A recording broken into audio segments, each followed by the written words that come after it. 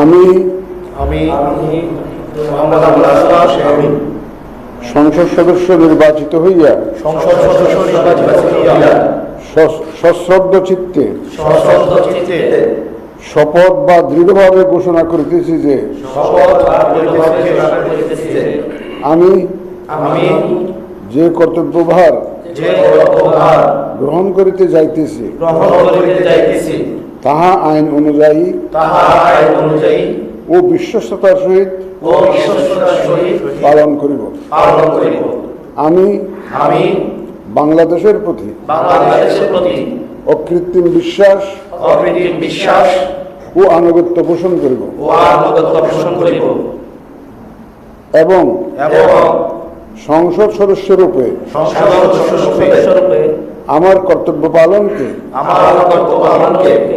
ব্যক্তিগত স্বার্থের দ্বারা প্রভাবিত হইতে দিব না। ধন্যবাদ।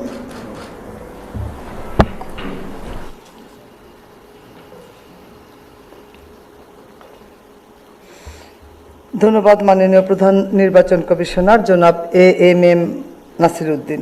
এ পর্যায়ে মাননীয় সংসদ সদস্যগণকে শপথপত্রে নির্ধারিত স্থানে নিজ নির্বাচনী এলাকা উল্লেখপূর্বক অধ্যকার তারিখ সহ স্বাক্ষরদানের জন্য বিনীত অনুরোধ জানাচ্ছি।